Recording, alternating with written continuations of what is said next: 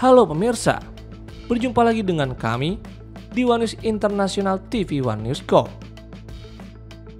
Presiden Donald Trump menilai bahwa konflik di Ukraina justru memberikan keuntungan bagi Amerika Serikat. Berbeda dengan pendekatan pemerintahan sebelumnya yang memberikan bantuan militer secara cuma-cuma kepada Kiev. Informasi lainnya, ketegangan antara Rusia dan NATO kembali memanas setelah 3 jet tempur MiG-31 dilaporkan melanggar wilayah udara Estonia di atas Teluk Finlandia pada Jumat 19 September. Selengkapnya hanya di One News International TV One News Go.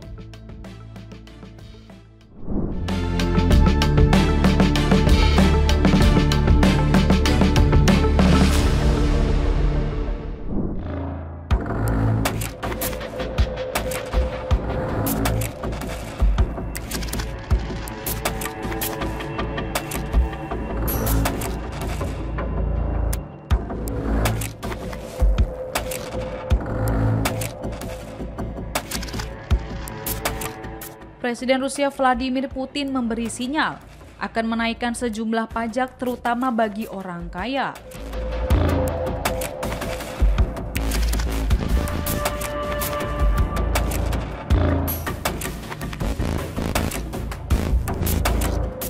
Langkah ini diambil untuk menutup kebutuhan anggaran yang semakin berat di tahun keempat perang Rusia dan Ukraina.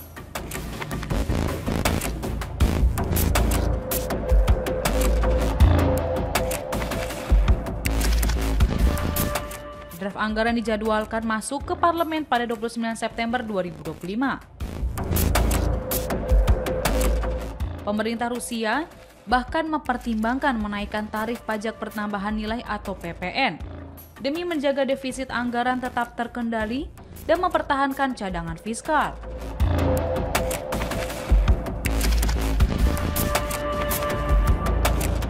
Dalam pertemuan dengan pimpinan fraksi parlemen, Putin menilai kenaikan pajak dividen atau pajak barang mewah masuk akal di masa perang.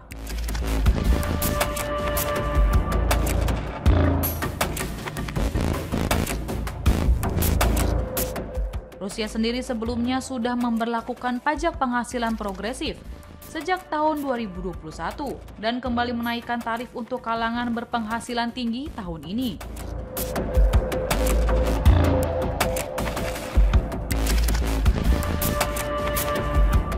Namun, Kementerian Keuangan Rusia memperingatkan, kenaikan pajak dividen beresiko membuat investor saham malah pergi.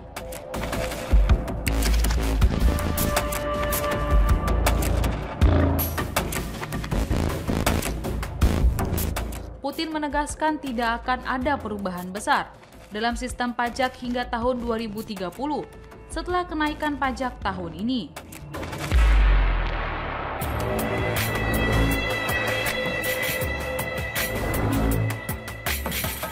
Ia sudah meminta pemerintah sejak awal September agar fokus meningkatkan penerimaan negara lewat produktivitas, bukan hanya tambahan pajak.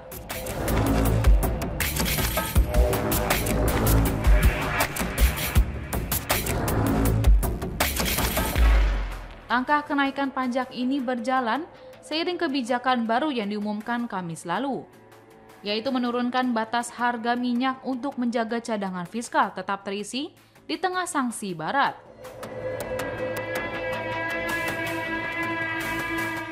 Berdasarkan perhitungan Reuters, penjualan minyak dan gas Rusia pada September diperkirakan turun sekitar 23% dibanding tahun lalu.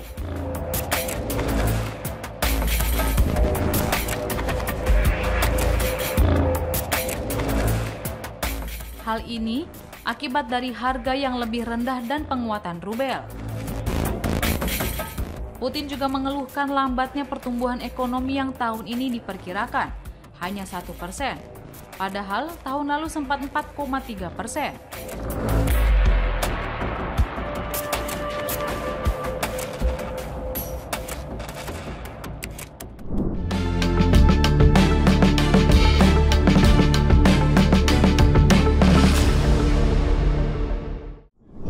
В том, чтобы отработать все необходимые элементы по безусловной защите суверенитета, территориальной целостности, защита от любой агрессии. Presiden Rusia Vladimir Putin menegaskan bahwa generasi penerus kepemimpinan negaranya seharusnya berasal dari veteran perang Ukraina atau warga Rusia yang memiliki pengalaman bertempur melawan Ukraina. Putin menyampaikan pandangan itu dalam pertemuan dengan berbagai faksi di Duma Negara, menekankan pentingnya mempromosikan mereka yang berani mengabdi kepada tanah air, siap mempertaruhkan kesehatan, bahkan nyawa, untuk posisi kepemimpinan di masa depan.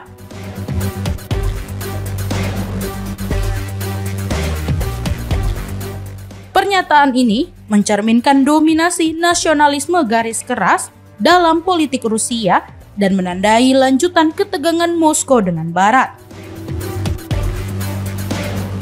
Sejak invasi skala penuh ke Ukraina pada Februari 2022, Rusia telah mengerahkan ratusan ribu pasukan, termasuk tahanan yang dibebaskan lebih awal. Sementara, kerugian resmi jarang dipublikasikan. Laporan BBC dan media zona memperkirakan lebih dari 130.000 personel tewas atau terluka. Para veteran yang selamat sering kembali dengan trauma psikologis, memunculkan tantangan sosial baru, termasuk meningkatnya kejahatan saat negara berusaha mengintegrasikan mereka kembali. Mark Galeotti, pakar Rusia, menyebut lebih dari 1,5 juta warga Rusia telah terlibat dalam perang hingga awal 2025. Dan gelombang demobilisasi ini membawa dampak psikologis besar bagi masyarakat. Meskipun ada desakan Presiden Amerika Serikat Donald Trump untuk mediasi damai, perang terus berlanjut.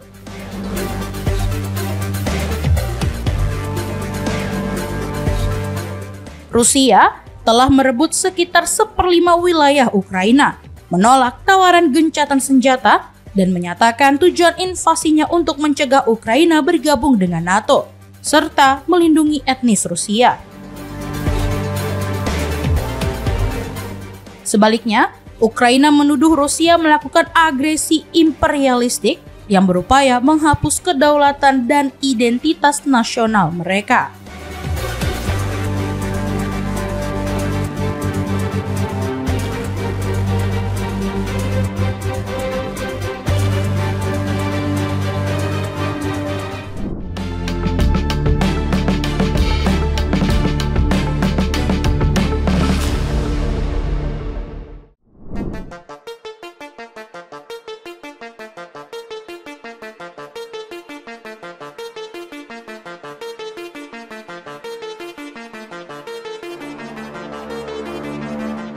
Presiden Donald Trump menilai Amerika Serikat justru memperoleh keuntungan dari konflik di Ukraina.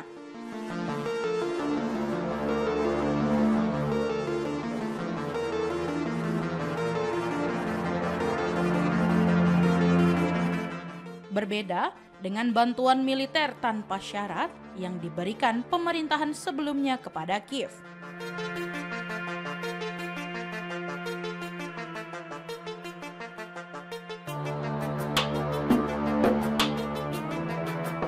Dalam keterangannya di Gedung Putih pada Jumat 19 September 2025, Trump menyebut kesepakatan yang ditandatanganinya pada Juli lalu memungkinkan Amerika Serikat menjual senjata kepada anggota NATO yang kemudian menyalurkannya ke Ukraina.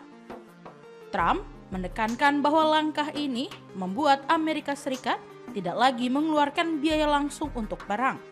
Berbeda dengan paket bantuan senilai 350 miliar US dollar yang disetujui pemerintahan Joe Biden. Trump menyatakan bahwa meski sebenarnya tidak ingin meraup keuntungan dari konflik, penjualan peralatan militer ke Ukraina membuat Amerika Serikat justru mendapatkan keuntungan.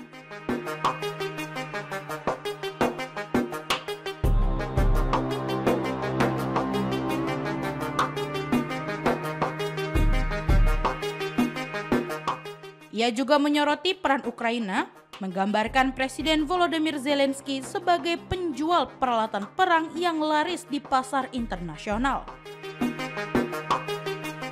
Selain itu, Trump menegaskan anggota NATO di Eropa seharusnya menanggung beban utama dukungan bagi Ukraina.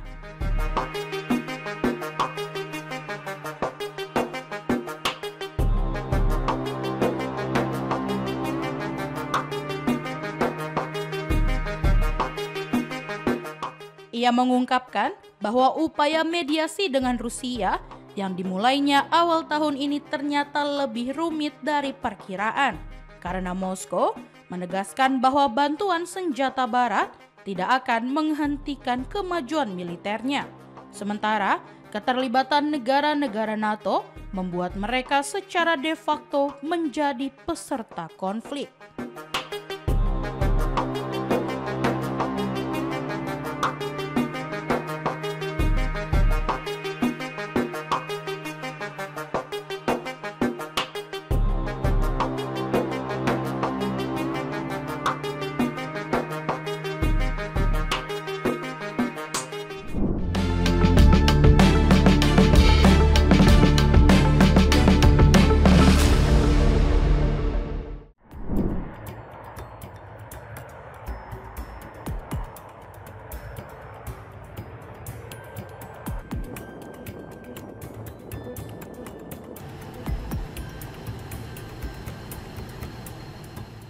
Tiga jet tempur MiG-31 Rusia dilaporkan melanggar wilayah udara Estonia di atas Teluk Finlandia Jumat 19 September hingga memicu respon cepat dari NATO.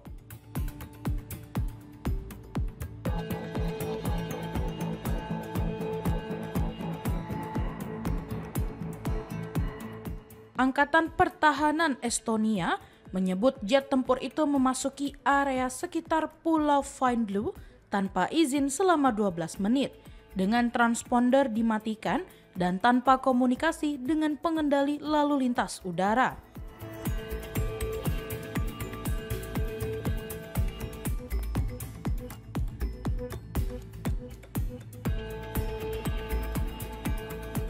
Sebagai respon, jet F-35 Italia bersama pesawat Swedia dan Finlandia dikerahkan untuk mencegat mereka.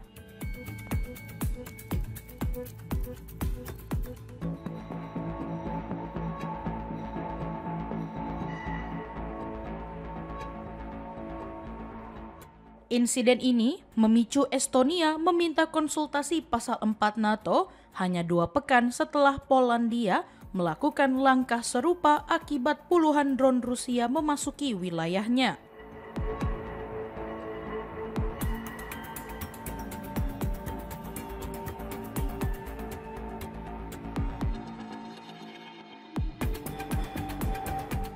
Rumania juga melaporkan pelanggaran serupa. Pasal 4 memberi hak anggota NATO menggelar rapat darurat bila merasa keamanannya terancam.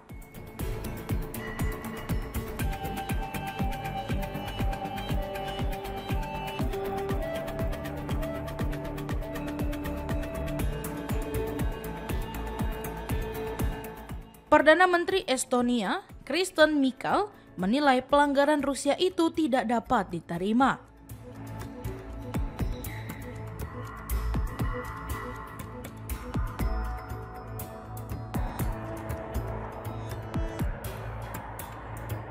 NATO pun menjadwalkan pertemuan darurat awal pekan ini.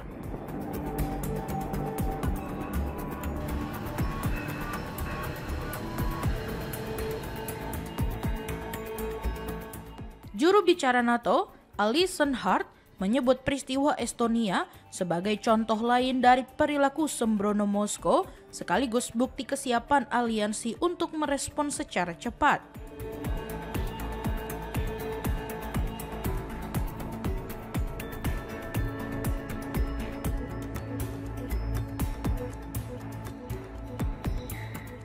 Sementara itu, Moskow membantah tuduhan tersebut. Kementerian Pertahanan Rusia menegaskan pesawat hanya menjalani penerbangan terjadwal dari Karelia ke Kaliningrad.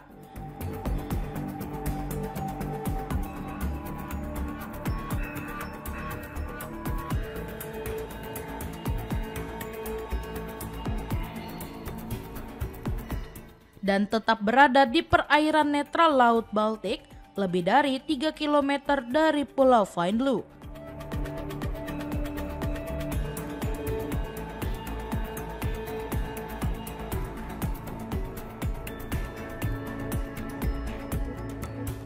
Namun, Presiden Ukraina Volodymyr Zelensky menilai serangkaian pelanggaran wilayah udara di Estonia, Polandia, dan Rumania menunjukkan kampanye sistematis Rusia melawan Eropa dan NATO.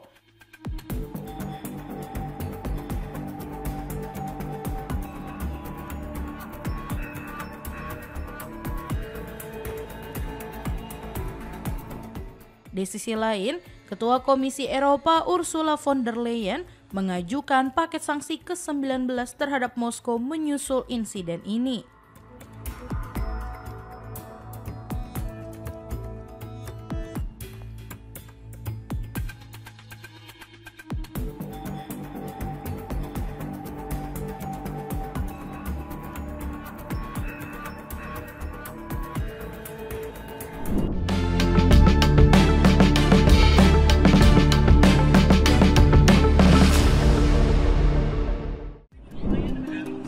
What do you think about the fact that you attend an event in England, a state visit, spectacular, and yet the Mayor of London can't be there? I don't want him to. I asked that he not be. I don't want. I think the Mayor of London, Khan, is among the worst mayors in the world. Amerika Serikat mengeluarkan peringatan bernada ancaman kepada Kanada terkait rencana pembelian jet tempur siluman F-35. Amerika Serikat menegaskan akan ada konsekuensi negatif jika Ottawa membatalkan kesepakatan tersebut. Mayor Khan, he's done a terrible job.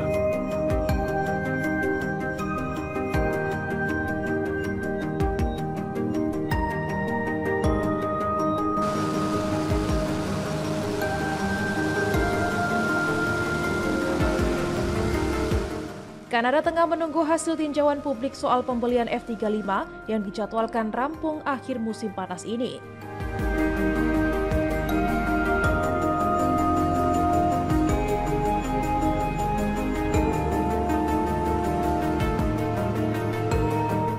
Tinjauan akan diserahkan kepada Perdana Menteri Mark Carney untuk keputusan akhir.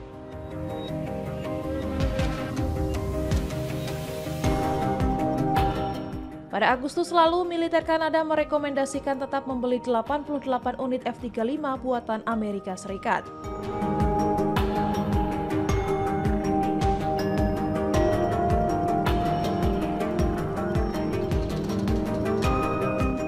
Rekomendasi itu sejalan dengan kedekatan militer Kanada dan Amerika serta dorongan integrasi pertahanan kedua negara.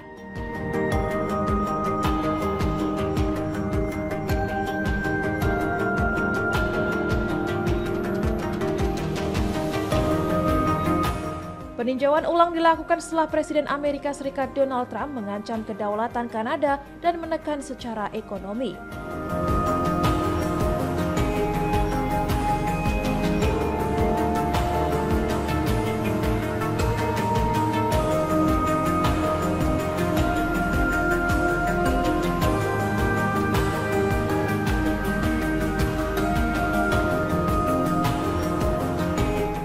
Duta Besar Amerika Serikat untuk Kanada Pete Hoekstra menyebut keputusan menolak F-35 bisa mengancam aliansi NORAD.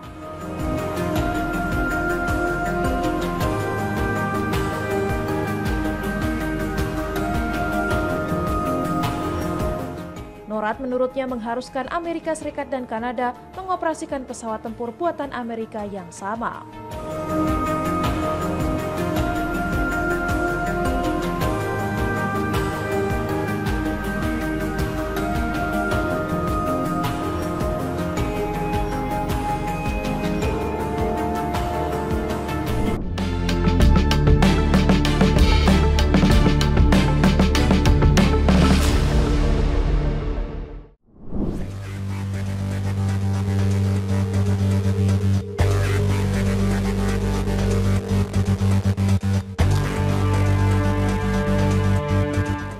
Presiden Amerika Serikat Donald Trump menyampaikan bahwa ia dan Presiden Tiongkok Xi Jinping telah membuat kemajuan dalam perjanjian terkait TikTok. Keduanya dijadwalkan bertemu dalam 6 minggu ke depan di Korea Selatan untuk membahas perdagangan, peredaran obat-obatan terlarang, serta perang Rusia di Ukraina.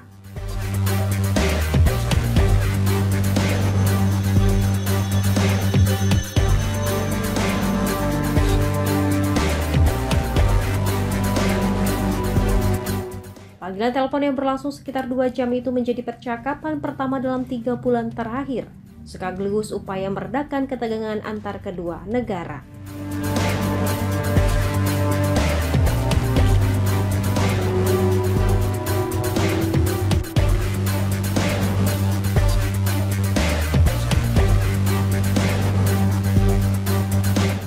Dalam keterangannya, Trump menyebut Xi telah menyetujui kesepakatan TikTok, meski masih ada beberapa formalitas yang perlu diselesaikan sebelum penandatanganan dilakukan.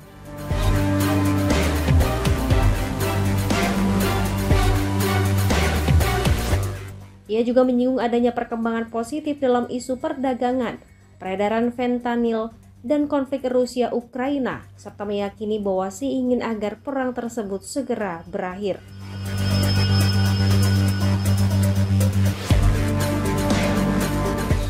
Kedua pemimpin sepakat melanjutkan pembahasan di sela-sela Forum Kerjasama Ekonomi Asia Pasifik pada 31 Oktober di Gyeongju, Korea Selatan.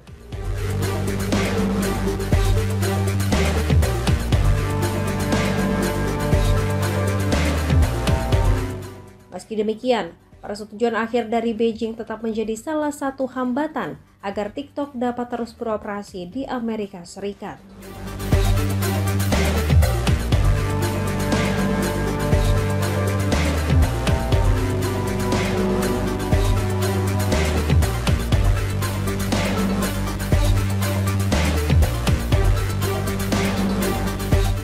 Kongres sebelumnya telah memutuskan bahwa aplikasi itu akan ditutup pada Januari 2025 jika asetnya tidak dijual oleh pemiliknya di Tiongkok, ByteDance.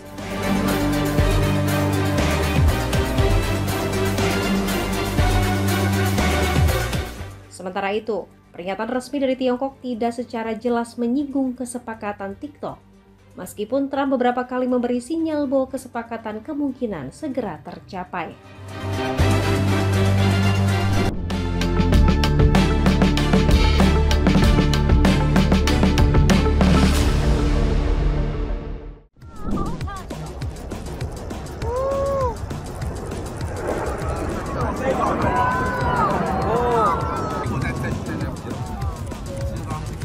Pesawat tempur dan berbagai armada udara tampil dalam Hari Terbuka Penerbangan 2025 Angkatan Udara PLA Cina di Changchun, Provinsi Jilin, Jumat.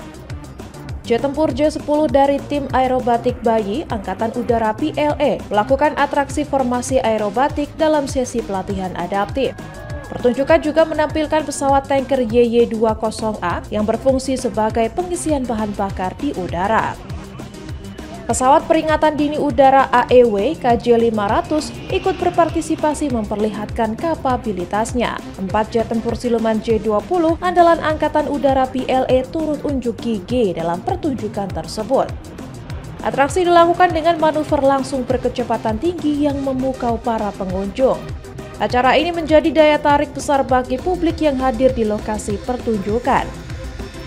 Hari Terbuka Penerbangan Angkatan Udara PLA dan Airshow Changchun 2025 digelar sejak 19 hingga 23 September.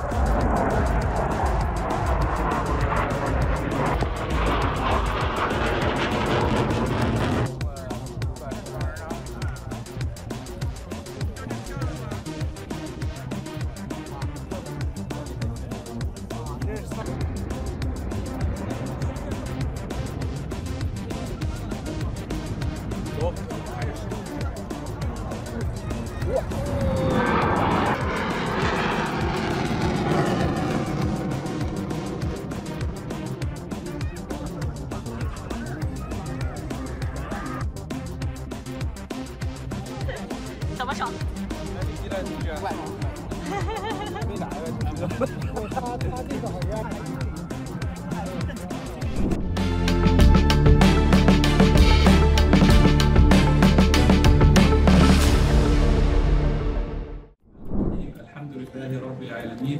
Wa sallallahu ala sayyidina Muhammadin wa ala alihi wa ashabihi ajma'in.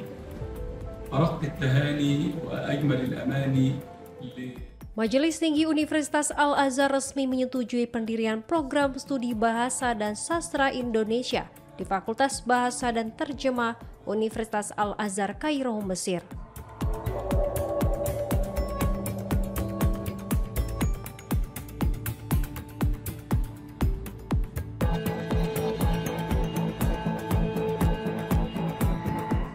Keputusan tersebut diambil dalam sidang Majelis Tinggi Al-Azhar nomor 343 pada 21 Juli 2025 dan program studi akan mulai berjalan pada tahun akademik 2025-2026.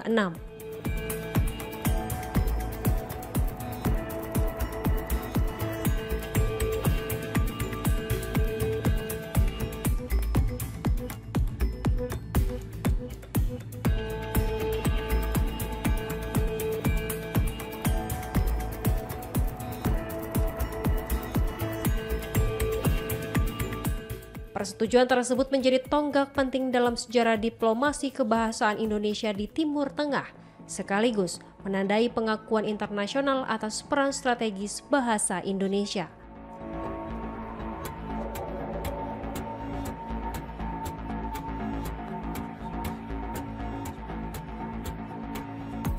Pengajaran bahasa Indonesia di Al-Azhar telah dimulai sejak 2016 melalui kerjasama Kedutaan Besar Republik Indonesia Kairo, Mesir, dan Badan Pengembangan dan Pembinaan Bahasa, Kementerian Pendidikan Dasar dan Menengah.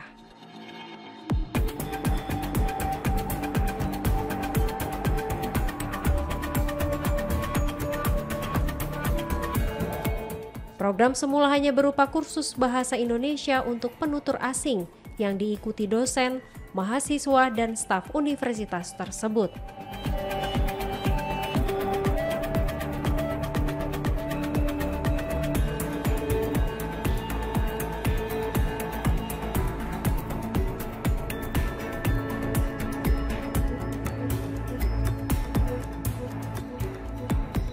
Namun, antusiasme terus meningkat. Hingga pada 2019, bahasa Indonesia ditetapkan sebagai bahasa pilihan kedua di Fakultas Bahasa dan Terjemah Universitas Al-Azhar Kairo, Mesir.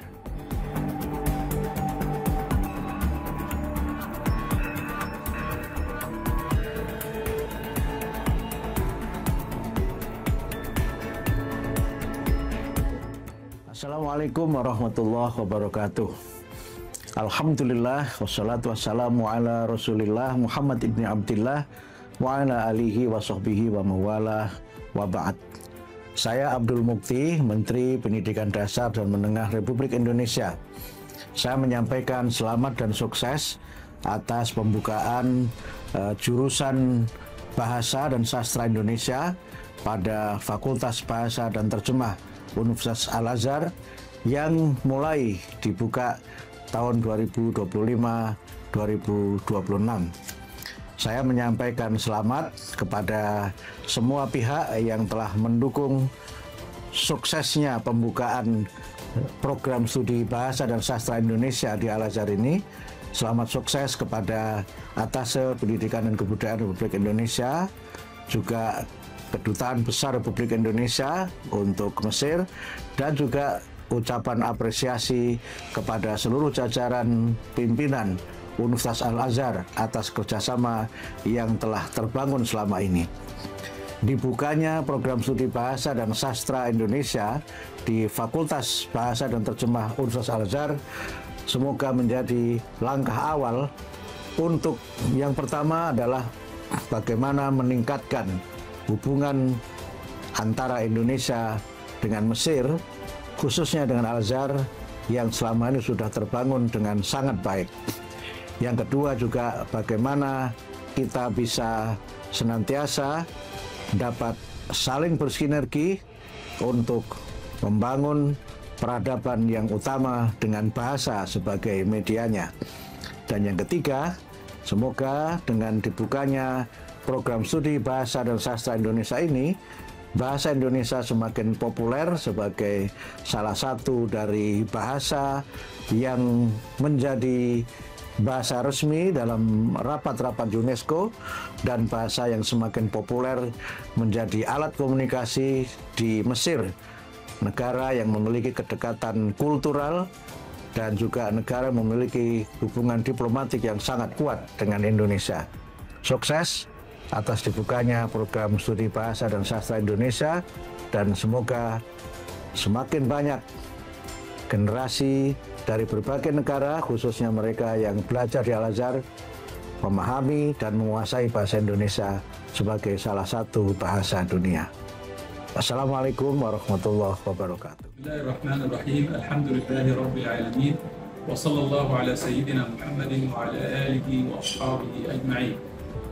أرق التهاني وأجمل الأماني لشعبنا في إندونيسيا بافتتاح قسم اللغة الإندونيسية وآدابها في كلية اللغات والترجمة بجامعة الأزهر بالقاهرة لتكون لغة من لغات التدريس التي يتعلم بها أبناؤنا ويدرسون بها بجوار اللغات الإنجليزية والفرنسية والألمانية واليابانية والصينية إلى آخره، أكثر من 14 لغة في كلية اللغات والترجمة في جامعة الأزهر الشريف.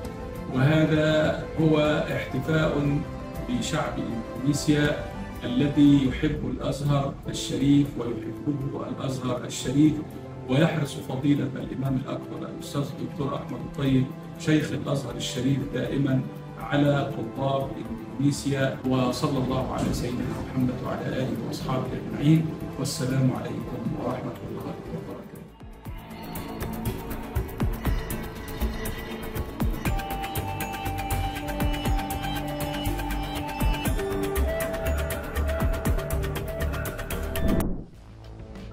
Demikian informasi yang dapat kami sampaikan pemirsa.